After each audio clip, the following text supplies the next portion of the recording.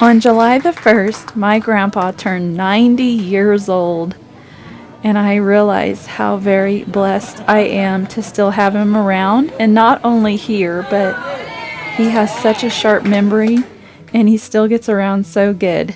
So I thought I would share just a tiny little peek of the after of his birthday party, the real life of my messy house, trying to plan and execute and clean up after that party.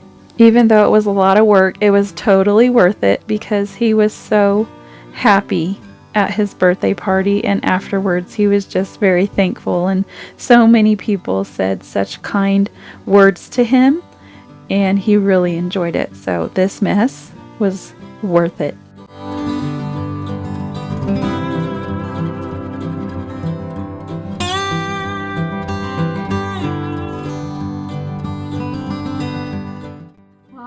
Welcome back. I'm Jen from Jen's House of Six.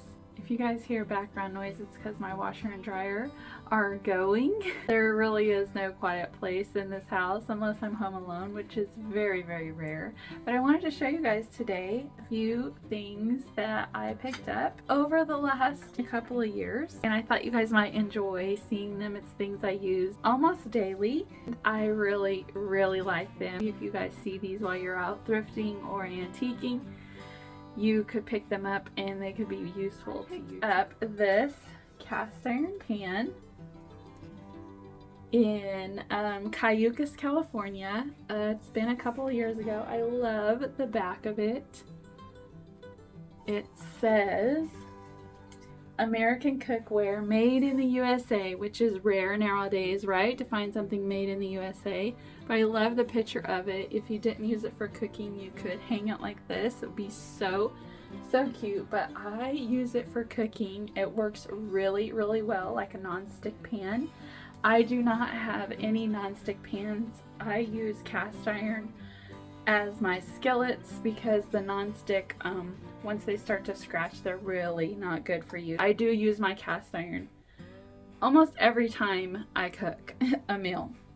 So I love this. The size of this is a really good size. I do a lot of eggs in this one because we have a larger family and it's pretty deep. Another one I have, I can't remember where I got it. I want to say I thrifted this one, or maybe my mom gave it to me. It's a number 8, and you can see it's just a little bit bigger than this one. This one fits down in it. So I love my cast iron pans. And then this one, my mom, we traded. This is a number 10. It doesn't look really good right now, but it works really well. This is a number 10 cast iron, and she traded me for the smaller one, and then she ended up giving me the other one, so I'm saving it for one of my kids because she doesn't even use them. So these are all, this is the first one I shared with you. You can see the difference in sizing. So I use this one an awful lot. I wanted to show you, I picked up this book probably about a year ago, and it tells you how to care for cast iron pans.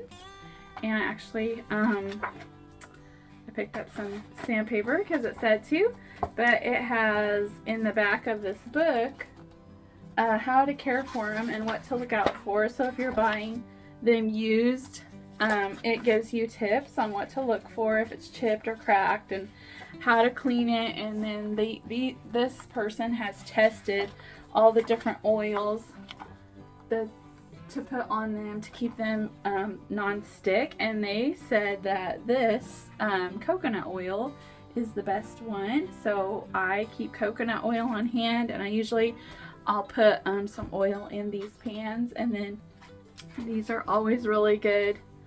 This is actually the Loge, is that how you say that? Or Loge brand for the handles, which is a must because the handle does get hot. You could actually put these in the oven too. So I have that, and then I love this thing. This is really good for any pan, not just cast iron, but it scrapes off the food because you're not supposed to use, once you season your cast iron pan, you're not supposed to use soap because it breaks down like the non-stick barrier. So this is really great to scrape off that hard food. And then this is for like heavy duty. This is metal with like a rubbery sponge in between. But this works really well if you have some really hard to get off stuff. And then this is the little scraper. What do I use with my cast iron pans? I use wooden spoons.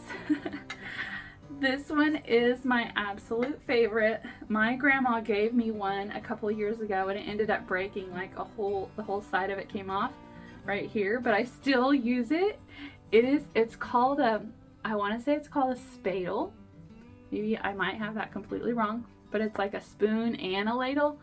And this one, actually I picked this up at Walmart. These are so hard to find, but I did thrift this one and it came with like a little base to sit on. The brand of this one is called Mad Hungry, which is the brand that my grandma had given me. She also had one that was like this long, probably about this long, but I didn't use it as often, so I didn't end up keeping that one. But these little ones, I use them all the time because they get the edges just perfectly. I don't know, I love these things. So if you ever see one, I think everyone would like them actually. I mean, maybe not, but this one, when I found it at Walmart, it came in a set of 3. This is actually the Pioneer Woman brand, and I picked this up. I really like it. I use these all the time, and I scored this one for you guys. I didn't thrift this, but I won it at an auction that our school had. There's a boy in the church that does woodworking, and he made this spoon, and I love, look at how it has the little knot on it. He stained it and everything. He did such an amazing job, and I use this spoon a lot, and he put his initials on here. Oh wait, it's this way. He put his initials on here, and so I will treasure this spoon, but I love this. Wooden spoons are the best to use with cast iron. This is another spoon that his brother made. They're both in the same family and they do woodworking. He carved this spoon and then stained it. You can see it is stained. This is my tea spoon, like when I make tea, because my pitcher is so tall and this is really long. I love this, and he put his initials on it. They also have YouTube channels. I'll have to add them in the description below. So if you have boys or your husband, they like all things outdoors, these boys have YouTube channels and they share like everything outdoors, and they're good friends with my boys. So you guys can go support them if you want to, but I love the spoons that they made. I use them several times. Guys, if you see, you should totally pick up is an ice pick. I got this at an estate sale, and I thrifted one and picked one up at a estate sale, and I can't remember which one is which, but you cannot buy ice picks anymore. I don't know why, but you can't. And I grew up using an ice pick, so to have one on hand, it's so nice. So I use these for more than you think you would, but they're very nice to have on hand. And if not, you could just decorate with them. But this one looks like a little man, or actually the planter's peanut, huh? It looks like the planter's peanut with a hat on. I think it looks like a little man, like I should draw a little face on it. But these are a good find. Those are my finds that I use several times a week. Cast iron pans and wooden spoons. So comment down below and let me know if you guys use cast iron pans and if you like them. I know sometimes people don't really like them because they feel like they're hard to season, but once you get them seasoned, they're like a non-stick pan. They're so good, and there's so many. You could search YouTube videos and find out how to season them. It's really not that hard.